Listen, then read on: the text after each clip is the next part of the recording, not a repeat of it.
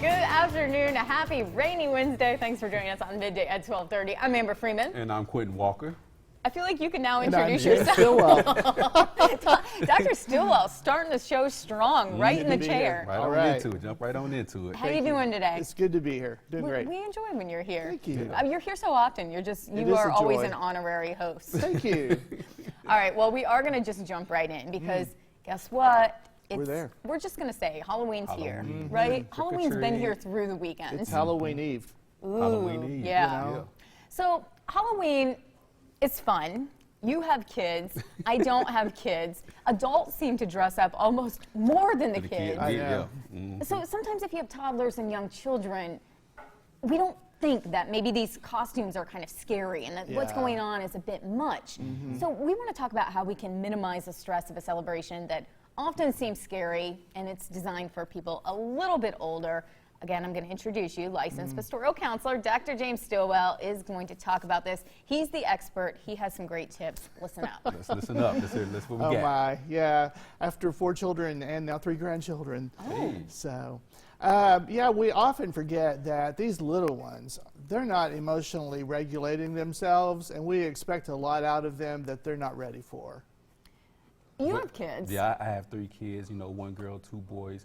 So what you're basically saying is when we're going costume shopping, we should find something that's more kid-friendly or kid-appropriate rather than something like a Scream mask or something like that. We should Absolutely. Okay. Yeah, be thinking on their age level, not on your age level. Yeah, because when we go costume shopping, we in there more so like you said, looking for something like, oh, I like that. I would Right. like that. Yeah. And we And forget all even about if the it's kid. your dream for your child to look a certain way, that doesn't mean it's their dream. No, let them be princesses and superheroes. And, it's kind of my last point, but I'll go ahead and say it.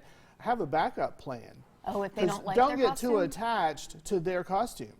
Have a plan B. Because if they change their mind at the last minute, why is that a crisis for you? You know? Say, okay, we'll do this other thing. Well, say that our kids are saying, I don't like that costume, and we're trying to push that on them, and they're Yeah. saying it's scary. Well, how do we act about that? Do we say, hey, buck up, and this is Halloween, you know?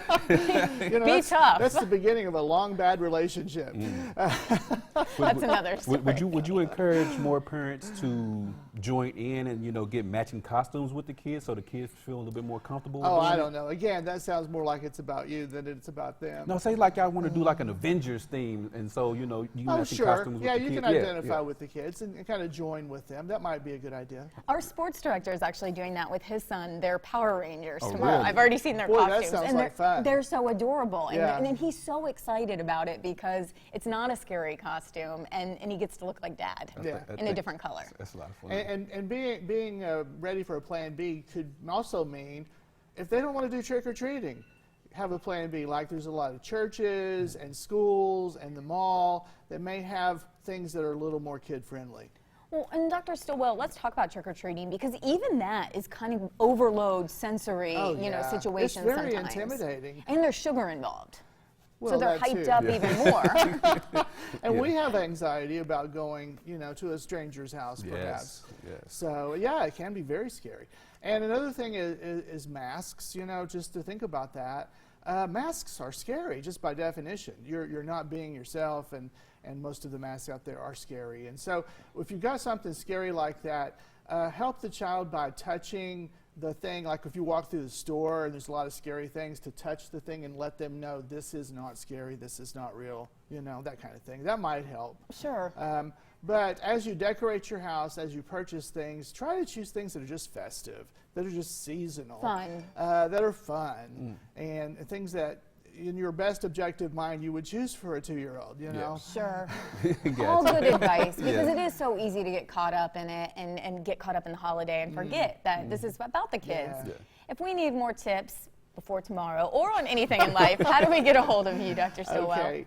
Well, drjamesstillwell.com, and there's also the Facebook page, Dr. James Stillwell Ministries. Well, we always appreciate Appreciate when you stopping are by. here. Great Appreciate to be you stopping here. by. We hear you're going to be on a little trip. We're going to Yay. say ahead of time, happy 40th anniversary to Well, Dr. we're Stillwell. celebrating it all year. So, Yeah. well, there you go. So we want you back. He'll be back. You stay with us because we'll be right back. This is Midday Kentucky.